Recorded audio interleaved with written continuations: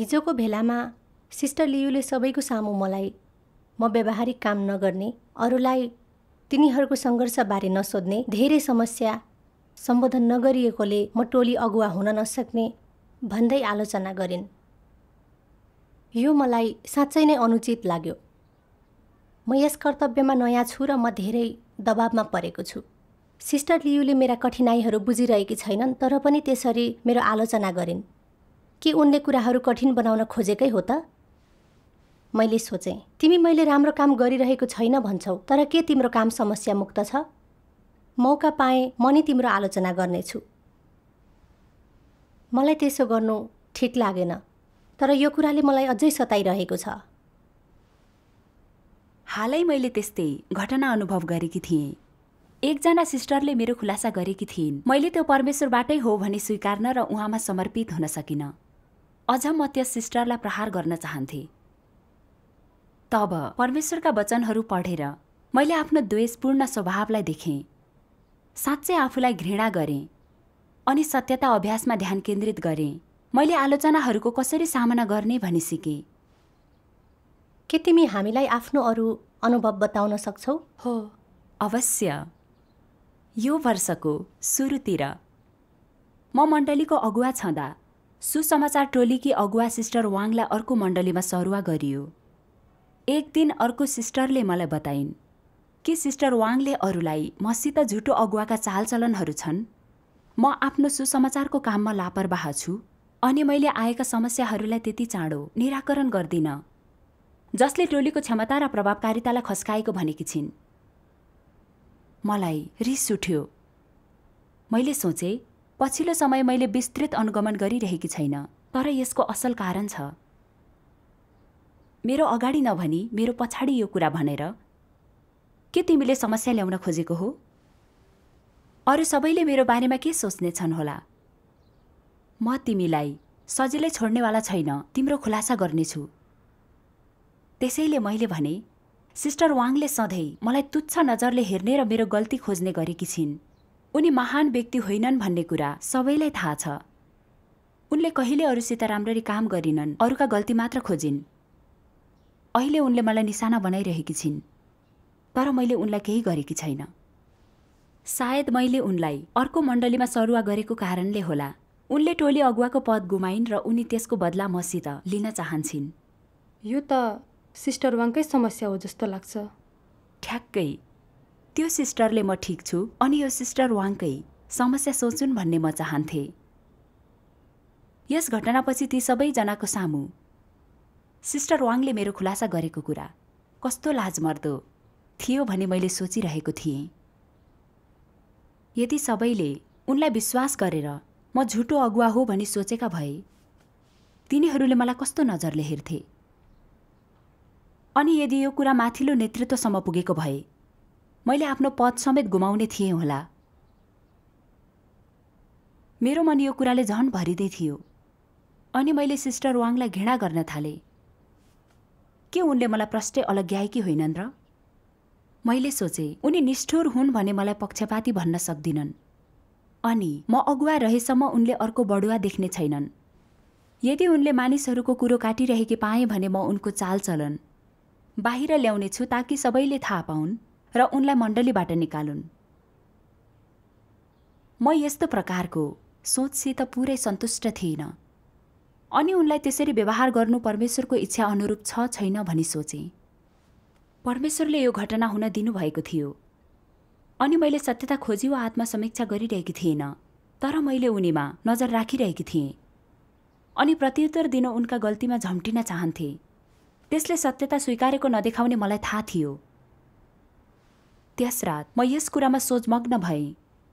Sister वाङले मलाई झुटो अगुवा भनेकी थिइन् अनि मसित त्यस्तो थिएन। तर साँच्चै सोच्दा के म असल अनि सक्षम अगुवा थिएँ त? एउटा अगुवासित कामको हरेक पक्षबारे बुझाइ हुनुपर्छ अनि समस्या पत्ता लगाइने बित्तिकै समाधान गर्नुपर्छ। म सुसमाचार कामको व्यवस्थापक थिएँ, त्यसैले टोली समस्याहरूमा पर्दा मैले तुरुन्तै व्यवहारिक सहायता र मार्गदर्शन दिनुपर्थ्यो। तर मैले त्यत्तिको काम गरिरहेको थिइनँ। के झुटो अगुवा भनेको व्यवहारिक काम नगर्ने व्यक्ति होइन र? सिस्टर वाङ गलत थिएनन्।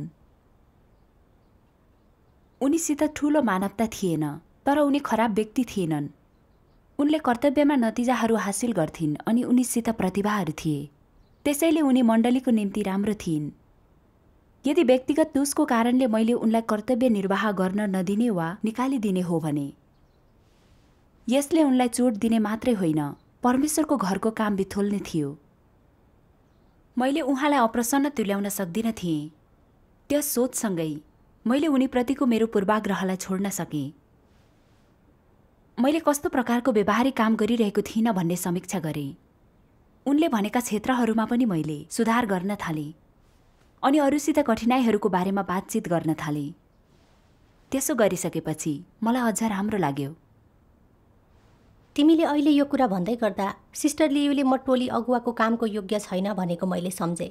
मैले कसरी तिनीसित बदला लिने मात्रै सोचेँ, तर कहिल्यै शान्तपूर्वक आफ्नै समीक्षा गरिनँ। सत्यतालाई स्वीकार गर्ने आचरण त्यस्तो होइन। हो नि, मैले सोचेको समयमा त्यो बितिसकेको थियो।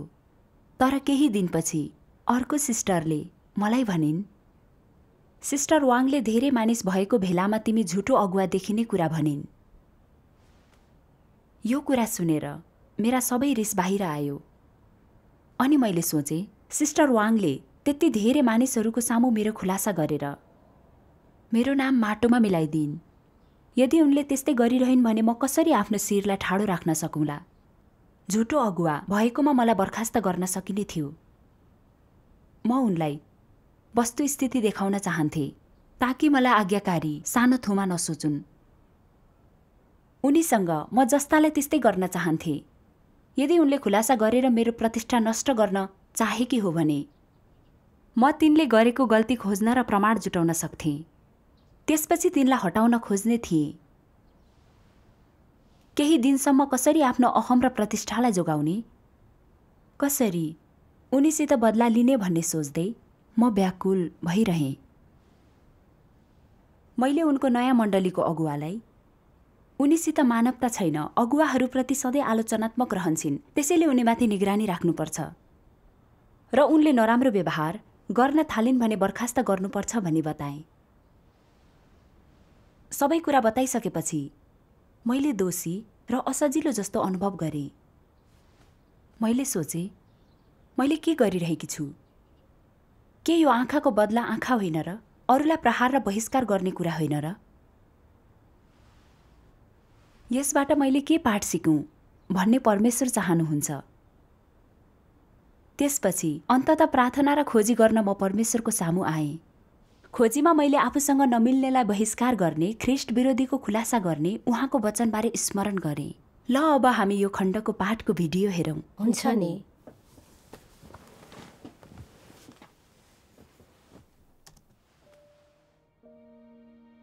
सर्वशक्तिमान परमेश्वर भन्नुहुन्छ, ख्रिस्ट विरोधीले असहमत हुनेहरूलाई आक्रमण र निष्कासन गर्नुको मुख्य उद्देश्य के हो? तिनीहरू मण्डलीमा यस्तो स्थिति बनाउन खोज्छन् जहाँ तिनीहरूका आफ्नै आवाजको विपरीत कुनै आवाज नहोस्, जसमा तिनीहरूको शक्ति, तिनीहरूको शासन र तिनीहरूका कुराहरू नै सर्वमान्य होस्।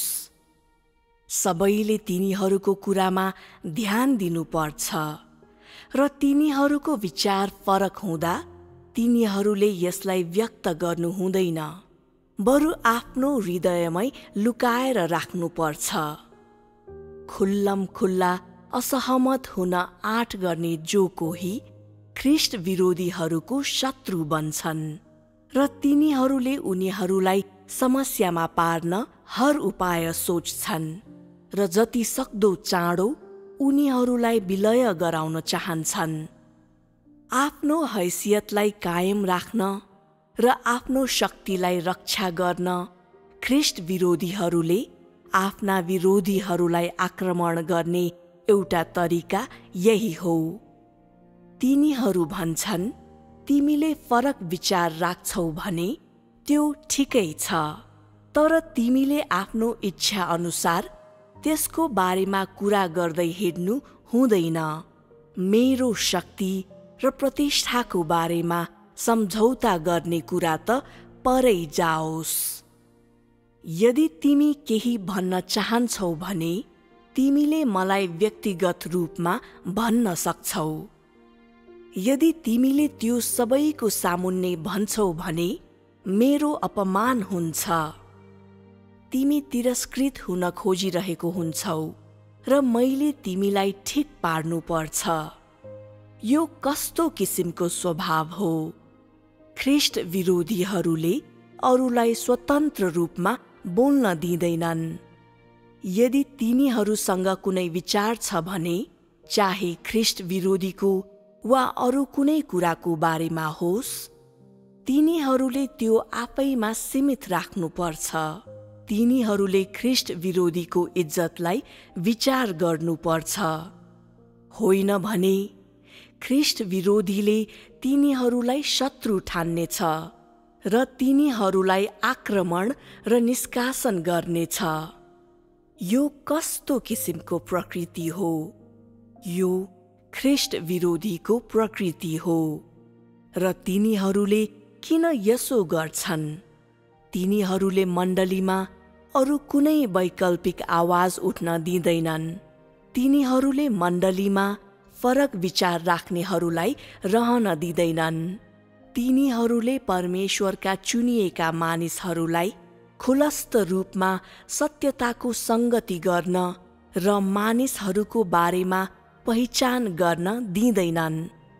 तिनीहरूलाई मानिसहरूद्वारा आफ्नो खुलासा र पहिचान होला कि भन्ने सबैभन्दा बढी डर हुन्छ।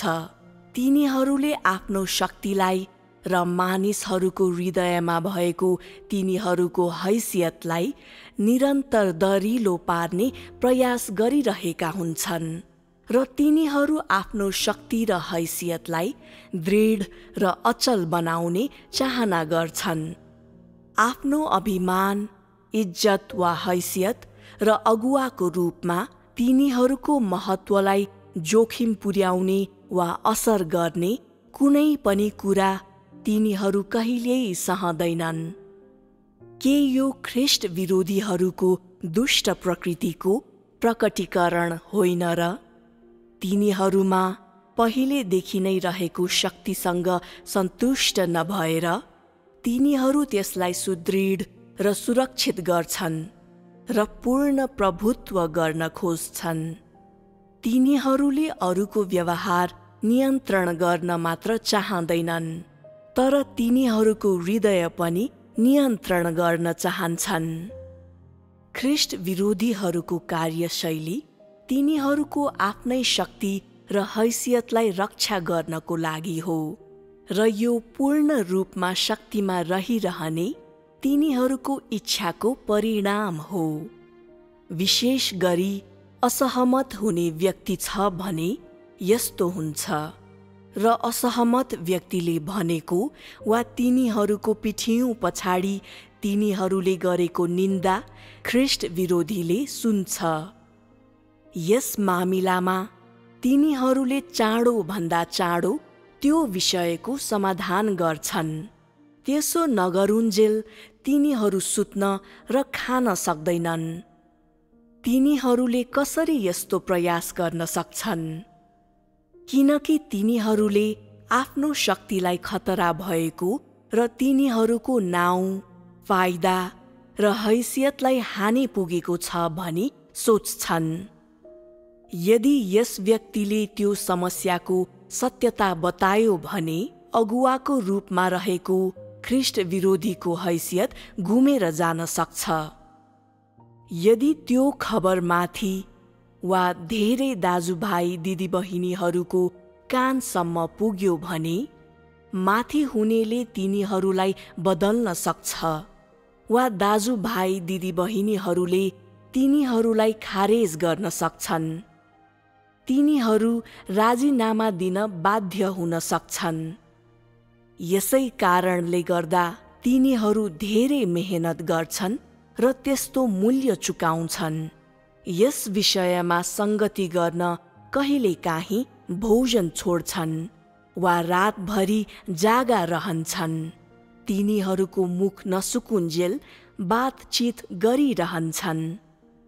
तिनीहरूको उद्देश्य के हुन्छ? त्यो तिनीहरूको आफ्नो पद बलियो बनाउनका लागि हुन्छ। यस्ता मानिसहरूका लागि पद जीवन दिने रगत हुन्छ। तिनीहरूको हैसियत खतरामा पर्न लागेको अलिकति पनि सङ्केत पाए भने तिनीहरू हृदयमा विचलित र भयभीत हुन्छन्। भोलि एक अगुवा हुनुको साटो साधारण दाजुभाइ दिदीबहिनी हुनु पर्ला र तिनीहरूका हैसियतले दिने श्रेष्ठताको भावनाको आनन्द लिन सक्दैनन् र त्यसका फाइदाहरू उठाउन सक्दैनन् भन्ने डर मान्छन्। त्यसपछि त कसैले पनि तिनीहरूको आदेश पालन गर्दैनन् वा फेरि तिनीहरूको पछि लाग्दैनन्। कसैले पनि तिनीहरूको कृपा पाउने कोसिस गर्ने छैनन् र कोही पनि तिनीहरूको अधीनमा हुने छैनन्। यो कुरा तिनीहरूका निम्ति अति नै असहनीय हुन्छ। ख्रीष्ट विरोधीका लागि असहमत हुने व्यक्ति नै तिनीहरूका हैसियत र शक्तिका लागि खतरा हुन्छ। तिनीहरूको हैसियत र शक्तिलाई चुनौती दिने जो कोही व्यक्तिलाई तह लगाउन जुनै पनि हदसम्म ख्रीष्ट विरोधीहरू जानेछन्। यदि यी मानिसहरूलाई साँच्चै अधीनमा ल्याउन वा तिनीहरूका आफ्नै फौजमा सामेल गर्न सकेनन् भने ख्रीष्ट विरोधीहरूले तिनीहरूलाई खसाल्ने छन् वा सफाई गर्नेछन्। अन्त्यमा ख्रीष्ट विरोधीहरूले पूर्ण शक्ति प्राप्त गर्ने र तिनीहरू आफै नै कानुन बन्ने आफ्नो लक्ष्य हासिल गर्नेछन्। ख्रीष्ट विरोधीहरूले आफ्नो हैसियत कायम राख्न सधैँ प्रयोग गर्ने विधिहरूमध्ये एउटा यही हो। असहमत हुनेहरूलाई तिनीहरूले आक्रमण र निष्कासन गर्छन्। आमेन। आमेन। परमेश्वरका वचनहरू मर्मस्पर्शी थिए र यसले मलाई त्रसित तुल्यायो। आफ्नो नाम र हैसियतको लागि मैले ख्रीष्ट विरोधीले जस्तै कसैलाई प्रहार र बहिष्कार गर्न सक्थेँ भनी मैले महसुस गरेको थिइनँ। म व्यावहारिक काम गर्दिनँ भनेर सिस्टर वाङले अरूलाई बताइन् भने जब मैले सुने, मैले यो परमेश्वरबाट आएको भनी स्वीकार गरिनँ। यो साँचो हो कि होइन बारेमा मैले सोचिनँ, तर उनले मेरो पछाडि मेरो कुरा काटिरहेकी छिन् भन्ने मात्र मैले सोचेँ। यसले मेरो अहमतालाई चोट पुर्यायो। त्यसैले मैले उनलाई घृणा गर्न र तुस पाल्न थालेँ अनि उनलाई प्रहार गर्न चाहेँ। त्यसपछि जब उनले ठुलो सभामा मेरो खुलासा गरेको बारेमा मैले थाहा पाएँ, मैले उनलाई झन घृणा गरेँ। म आफ्नो अहमता र पदलाई जोगाउन चाहन्थेँ, त्यसैले उनका विगतका अपराधलाई लिएर सौदा गरेँ अनि अरूहरूले उनीसित मानवता नभएको भनी इन्कार गर्ने थिए। मैले उनले गरेका केही कुराहरू पनि एकत्रित गरेँ अनि उनका वर्तमान अगुवालाई बताएँ ताकि उनलाई बाहिर निकालियोस्।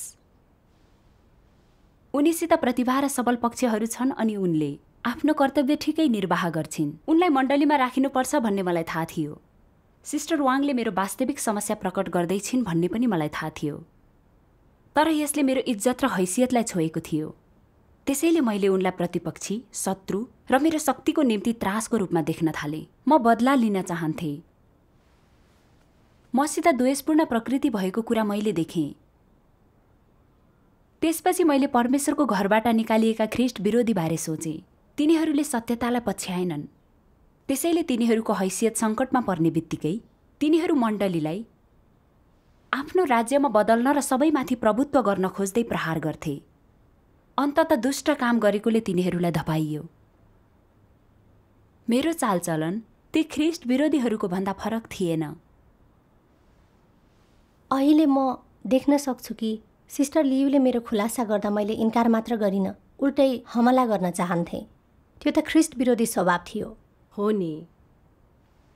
मैले आफ्नै बारेमा समीक्षा गरिरहेँ।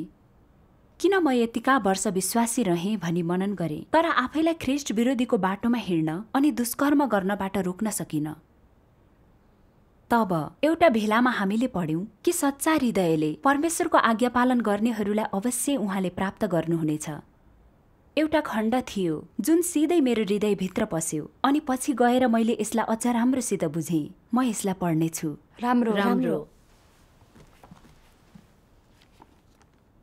सर्वशक्तिमान परमेश्वर भन्नुहुन्छ, तैँले परमेश्वरमाथि विश्वास गर्ने भएकोले तैँले उहाँका सबै वचनहरू र कामहरूमा विश्वास गर्नुपर्छ। यसको अर्थ तैँले उहाँमाथि विश्वास गर्ने भएकोले उहाँको आज्ञा मान्नुपर्छ। यदि यसो गर्न सक्दैनस् भने तैँले उहाँमा विश्वास गरे पनि त्यो व्यर्थ हुन्छ। तैँले विश्वास गरेको वर्षौं भयो तर उहाँको आज्ञा पालन गरेको छैनस् र उहाँका वचनहरूलाई स्वीकार गर्दैनस् भने, बरु उहाँलाई तँमा समर्पित हुन र तेरा धारणा अनुसार काम गर्न लगाउँछस् भने त सबैभन्दा उग्र विद्रोही होस्, तँ अविश्वासी होस्। यस्ता मानिसले मानवीय धारणासँग मेल नखाने उहाँका काम र वचनलाई कसरी मान्न सक्छन्? सबैभन्दा उग्र विद्रोहीहरू ती हुन् जसले परमेश्वरको बुझेर अवज्ञा र प्रतिरोध गर्छन्। तिनीहरू परमेश्वरका शत्रुहरू, ख्रिस्ट विरोधीहरू हुन्। तिनीहरूमा सधैँ परमेश्वरको नयाँ कामको विरुद्ध शत्रुवत आचरण हुन्छ। तिनीहरूमा समर्पित हुने मनस्थिति नै हुँदैन। न त तिनीहरूले खुसी साथ आफूलाई नम्र तुल्याएका नै हुन्छन्। तिनीहरूले अरूको अगाडि आफूलाई उचाल्छन् र कसैको अगाडि आफूलाई समर्पित गर्दैनन्। परमेश्वरको अगाडि तिनीहरूले आफूलाई वचनहरू प्रचार गर्नेमा सर्वश्रेष्ठ अनि व्यक्तिहरूमाथि काम गर्न सिपालु ठान्छन्। तिनीहरूले आफ्नो स्वामित्वमा रहेका सम्पत्तिहरूलाई कहिले पनि त्याग्दैनन्, बरु तिनलाई आराधना गर्ने, अरूलाई उपदेश दिने पुर्ख्यौली सम्पत्ति ठान्छन् र तिनीहरूलाई आदर्श ठान्ने मूर्खहरूलाई प्रवचन दिन तिनीहरूले तिनको प्रयोग गर्छन्। वास्तवमा मण्डलीभित्र केही निश्चित सङ्ख्यामा यस प्रकारका मानिसहरू हुन्छन्। यस्तो भन्न सकिन्छ कि तिनीहरू अदम्य नायकहरू हुन् जो पुस्तौं पुस्तादेखि परमेश्वरको घरमा बसेका छन्। तिनीहरूले धर्म सिद्धान्त प्रचार गर्नुलाई नै मुख्य कर्तव्य ठान्छन्। वर्षौं वर्ष, पुस्तौं पुस्ता तिनीहरू आफ्नो पवित्र र अनुलङ्घनीय कर्तव्यलाई जोशका साथ लागू गरिरहन्छन्। तिनीहरूलाई कसैले पनि छुने आँट गर्दैन। एकजनाले पनि तिनीहरूको खुला भर्त्सना गर्ने आँट गर्दैन। तिनीहरू परमेश्वरको घरमा राजाहरू बन्छन् र युगौं युगदेखि अरूलाई निरङ्कुश व्यवहार गर्छन्। दुष्टहरूको यो झुण्डले आपसमा हात मिलाएर मेरो कामलाई ध्वस्त पार्न चाहन्छन्। मैले कसरी यी दियाबलसहरूलाई मेरो आँखा अगाडि अस्तित्वमा रहन दिन सक्छु र? अर्ध आज्ञाकारीहरू समेत आखिरीसम्म अघि बढ्न सक्दैनन्। आफ्नो हृदयमा आज्ञाकारिता नभएका यी निरङ्कुशहरू अघि बढ्ने कुरा त परै छोडौं। परमेश्वरको कामलाई मानिसले सजिलैसँग प्राप्त गर्न सक्दैन। तिनीहरूको सबै तागत लगाएर यसको एउटा अंश मात्र पाउन सक्छन्। यसरी तिनीहरू सिद्ध हुन सक्छन्। त्यसो भए प्रधान दूतका सन्तानलाई के हुन्छ जसले परमेश्वरको कामलाई विनाश गर्न खोज्छन्? के तिनीहरूलाई परमेश्वरले प्राप्त गर्नुहुने सम्भावना झन कम छैन र? आमेन। आमेन।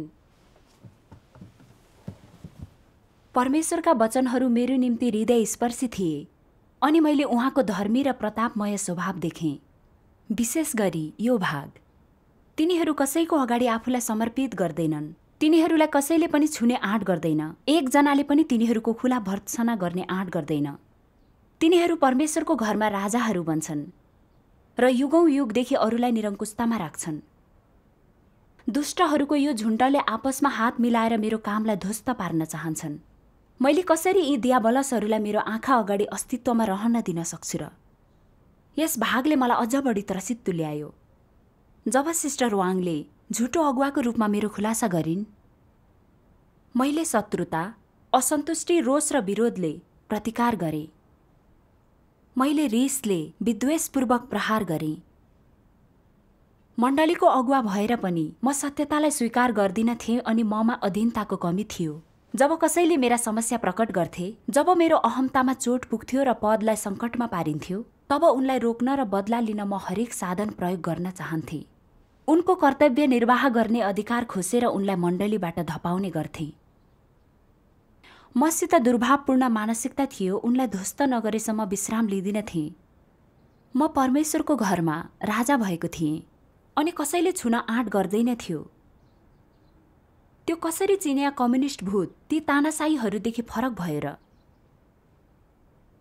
तिनीहरूको सिद्धान्त मैले भनेको विरोध गर्नेहरू नाश होउन् भन्ने हो। आफ्नो सिद्धान्तलाई कायम गर्न र आफ्नो शक्तिलाई सुदृढ गर्न चिनिया कम्युनिस्ट पार्टीले आफूले गरेको दुष्कर्मको आलोचना गर्ने, जो कोहीलाई दमन गर्छ, जरो खन्छ र पूर्ण रूपले निर्मूल नै पार्छ। टिएनानमेन चोकको प्रदर्शनहरूमा भए झैँ अल्पसंख्यक जातिसित गरिए जस्तै त्योभन्दा खराबी विश्वासीहरूलाई पक्राउ र दमन गरेर सतावट दिएर तिनीहरूको हातमा धेरै निर्दोष मानिसहरूले जीवन गुमाएका छन् र तिनीहरूले परमेश्वरद्वारा उचित दण्ड पाउनै पर्छ। हो, मैले आफ्नो बारेमा सोचे। मैले सानैदेखि कम्युनिस्ट भूतहरूबाट शिक्षा पाएँ। सर्वोच्च शासन गर्ने म मात्र हुँ। मेरो कुरा मान्नेको उन्नति होस्, विरोध गर्नेको नाश होस्। निष्ठुरीले मलाई अन्यायी दोष नलगाऊ। आँखाको बदला आँखा, दाँतको बदला दाँत।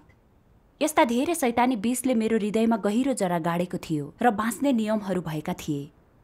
मलाई अहङ्कारी बनाएका थिए। म यिनै कुराद्वारा जिरहेकी थिएँ। त्यसैले दुष्कर्म गरी अरूलाई चोट पुर्याउन सक्थेँ। ठिक हो, हामीहरू शैतानी विषहरूले भरिएका थियौँ। यी छलपूर्ण भ्रमहरू हुन् जसले हानि पुर्याउँछ। हो, झुटा अगुवालाई खुट्याउने बारे परमेश्वरले व्यक्त गर्नुभएको सत्यताहरूको बारेमा मैले सोचे। तर म आफै त्यसअनुसार खडा भइन, न त कसरी झुटा अगुवाको व्यवहार गरे भनी समीक्षा गरे। अहिले सबैले सत्यता सिकिरहेका र बिउजिरहेका छन्। कतिपयले झुटा अगुवाहरूको खुलासा गरिदिन्छन्। यो सत्यतालाई अभ्यास गर्नु र मण्डलीको कामलाई रक्षा गर्नु हो। यो सकारात्मक कुरा हो। हो नि। मेरो खुलासा गर्ने व्यक्ति जस्तो भए पनि, तिनीहरूले मलाई निशाना बनाइरहे पनि, तिनीहरूले त्यो मेरो मुखेन्जी भने वा नभने पनि, ती कुरा सत्य भएसम्म त्यसलाई परमेश्वरबाट आएको भनी स्वीकार्नुपर्छ। त्यसलाई उचित प्रकारले स्वीकार्नु, अधीनतामा रहनु र पाठ सिक्नुपर्छ। त्यो नै सत्यता स्वीकार्नु र उहाँको अधीनतामा रहनु हो। सही हो। तर मेरो सम्बन्धमा चाहिँ मैले अधीनतामा रहन इन्कार गरे, मेरो खुलासा गर्नेलाई प्रहार गरे। त्यो व्यक्तिगत विवाद थिएन, तर मैले परमेश्वरको विरोध गरिरहेको थिएँ।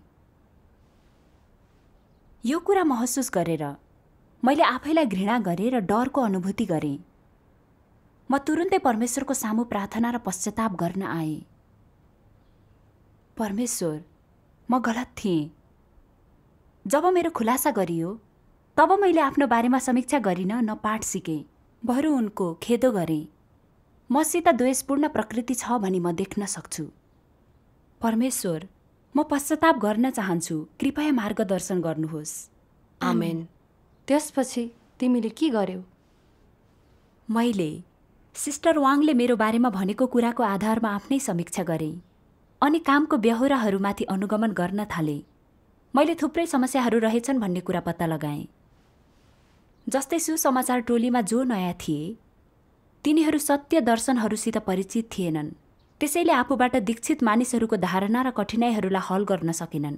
कतिपयले सुसमाचार कार्यका सिद्धान्तहरू नै बुझेका थिएनन्। त्यसैले अनुपयुक्त मानिसहरू परिवर्तन हुँदै थिए। कतिपयले सिन्चित भएको केही समयपछि पनि सत्यता बुझेका थिएनन् अनि कतिपयले सत्यतामा चासो नराखी छोडिदिए। यो हाम्रा धेरै स्रोतहरूको बर्बादी थियो। मैले देखेका समस्याहरूलाई मैले भेलामा लिएर आएँ अनि कामकुराहरूलाई मिलाउन सिद्धान्तहरूमाथि सङ्गति गरेँ। सबैजनाले आफूलाई दर्शनहरूको सत्यताहरूले सुसज्जित गर्न योजनाहरू बनाउन थाले अनि जब केही कुरा बुझ्न र सङ्गति गर्न सक्दैनथे तब हाम्रो त्यसमाथि सङ्गति हुन्थ्यो। समय नबित्दै तिनीहरू दर्शनहरूको सत्यतामा स्पष्ट भए अनि टोली धेरै सफल भयो। परमेश्वरलाई धन्यवाद होस्। परमेश्वरले मलाई झुटो अगुवाको रूपमा खुलासा गर्न र मैले व्यावहारिक काम गरिरहेको छैन भनी औँल्याएर आफ्नो समीक्षा र कर्तव्य निर्वाह गराउन सिस्टर वाङलाई खटाउनु भएको बुझेँ। उहाँले मलाई रक्षा गरिरहनु भएको थियो। हो, परमेश्वरलाई धन्यवाद होस्। अरूबाट आएको आलोचनालाई उचित रूपले सम्हाल्नु आफैलाई जान्न र हाम्रा कर्तव्यहरूको निम्ति अति सहयोगी हुन्छन्। हो नि। हो, अब मैले बुझेँ कि अरूले मलाई आलोचना गरेको भनेको मेरा गल्तीहरू कोट्याइदिएको र काम कुरा कठिन बनाइदिएको होइन रहेछ, तर यो म आफैलाई समीक्षा गर्न मौका दिएको हो। हो, आलोचना गरिँदा आफ्ना समस्याहरू हल गर्न, सत्यताको खोजी गर्न सक्नुले तिमीलाई जीवनमा धेरै छिटो वृद्धि हुन र बुद्धिमान हुन सहायता गर्नेछ। ठिक हो। पछि मैले परमेश्वरका वचनहरूको अर्को खण्ड स्मरण गरेँ। म यसलाई पढ्नेछु। हुन्छ। परमेश्वरले प्रत्येक व्यक्तिमा काम गर्नुहुन्छ। र उहाँको तरिका, उहाँले सेवामा प्रयोग गर्ने मानिस, मामला र परिस्थितिहरू जे भए पनि, वा उहाँका वचनहरूको शैली जस्तो प्रकारको भए पनि, उहाँको अन्तिम लक्ष्य एउटै मात्र हुन्छ, तँलाई मुक्ति दिनु। उहाँले कसरी मुक्ति दिनुहुन्छ? तँलाई परिवर्तन गरेर। तब तैँले अलिअलि पनि कष्ट नभोग्नु कसरी सम्भव हुन्छ? तैँले कष्ट भोग्नु पर्नेछ। यस कष्टमा धेरै कुराहरू समावेश हुन सक्छन्। तैँले आफूलाई चिनेस् भनेर परमेश्वरले तँलाई उदाङ्गो पार्न वातावरण खडा गर्नुहुन्छ, वा तँलाई प्रत्यक्ष निराकरण गरिन्छ, छिउलिन्छ र खुलासा गरिन्छ। शल्यक्रियाको टेबलमा पस्रिएको व्यक्ति जस्तै केही पीडा र कष्टबाट भएर गएपछि मात्र राम्रो परिणाम पाउन सकिन्छ। यदि हरेक पटक तँलाई छिउलिँदा र निराकरण गरिँदा र कुनै वातावरणले उदाङ्गो पार्दा त्यसले तेरो भावना जगाउँछ र प्रोत्साहन दिन्छ भने यो प्रक्रियाद्वारा तैँले कद र सत्यताको वास्तविकतामा प्रवेश पाउनेछस्। यदि परमेश्वरले वातावरण, मानिस र परिस्थितिहरू मिलाउनुहुन्छ, तँलाई काटछाँट र निराकरण गर्नुहुन्छ भने र तैँले त्यसबाट पाठ सिकिस्, परमेश्वरको सामु आउन र सत्यताको खोजी गर्न सिकिस् र अन्जानमा अन्तर्दृष्टि र सत्यता प्राप्त गरेको छस् भने, यदि तैँले यी वातावरणहरूमा परिवर्तन अनुभव गरिस्, इनाम पाइस् र प्रगति गरिस् भने, यदि तैँले परमेश्वरको इच्छालाई बुझ्न थालेको छस् र गुनासो गर्न छोडेको छस् भने, यसको अर्थ तँ यी परीक्षाहरूमा दह्रो भई खडा भइस्, तैँले जाँचको सामना गरिस् भन्ने हुन्छ। त सफल भएको हुन्छस्। परीक्षामा नडगमगाउनेहरूलाई परमेश्वरले कसरी लिनुहुनेछ? परमेश्वरले तिनीहरूमा साँचो हृदय छ। तिनीहरूले यस प्रकारको कष्टलाई भोग्न सक्छन्, भित्री रूपमा सत्यतालाई प्रेम गर्छन् र चाहन्छन् भनेर भन्नुहुनेछ। यदि परमेश्वरले तँलाई यसरी मूल्याङ्कन गर्नुभयो भने के तँ कद भएको व्यक्ति हुँदैनस् र? के त्यसपछि तँसँग जीवन हुँदैन र? अनि यो जीवन कसरी प्राप्त गर्न सकिन्छ? के यो परमेश्वरले दिनुहुन्छ? परमेश्वरले तँलाई आपूर्ति दिनुहुन्छ र तालिम दिन विभिन्न मानिसहरू र वस्तुहरू प्रयोग गर्नुहुन्छ। मानौ उहाँले तँलाई खाना र पानी दिँदै हुनुहुन्छ र खुवाउन तेरो मुखैमा ल्याउँदै हुनुहुन्छ र तँलाई उपभोग गर्न दिनुहुन्छ, र त्यसपछि मात्र तँ वृद्धि हुन र दरिलो खडा हुन सक्छस्। तैँले यसरी नै यी कुराहरूलाई हेर्नु र बुझ्नुपर्छ। उहाँबाट आउने हरेक कुरामा समर्पित हुनुपर्छ। आमेन। यी सबै कुराद्वारा मैले गहिरो किसिमले अनुभव गरेँ कि परमेश्वरले मेरो खुलासा गरिदिन सिस्टर वाङलाई प्रयोग गरिरहनु भएको रहेछ। यो स्वीकार गर्न मेरो लागि सजिलो थिएन, तर मेरो जीवन प्रवेशका निम्ति यो लाभकारी थियो। हो, त्यस प्रकारले निराकरण गरिँदा ममा रहेका सबै झुटा अगुवाका विशेषताहरू देख्न मद्दत गर्यो र यसले सत्यता खोज्न र परिवर्तन हुन उत्प्रेरित गर्यो। त्यसबाहेक आफ्नो नाम र हैसियतलाई रक्षा गर्न, कसैलाई दमन र बहिष्कार गर्न सक्ने आफ्नो अहङ्कारी प्रकृतिलाई मैले देखेँ। यसले सत्यता पछ्याउने भ्रष्टतालाई फ्याँकिदिने र शुद्ध हुने तुल्यायो। यो मेरो निम्ति परमेश्वरको विशेष अनुग्रह, उहाँको प्रेम र मुक्ति थियो। हो, म परमेश्वरप्रति आभारी छु। परमेश्वरलाई धन्यवाद होस्। तपाईँको सङ्गति मेरो लागि अति सहयोगी छ।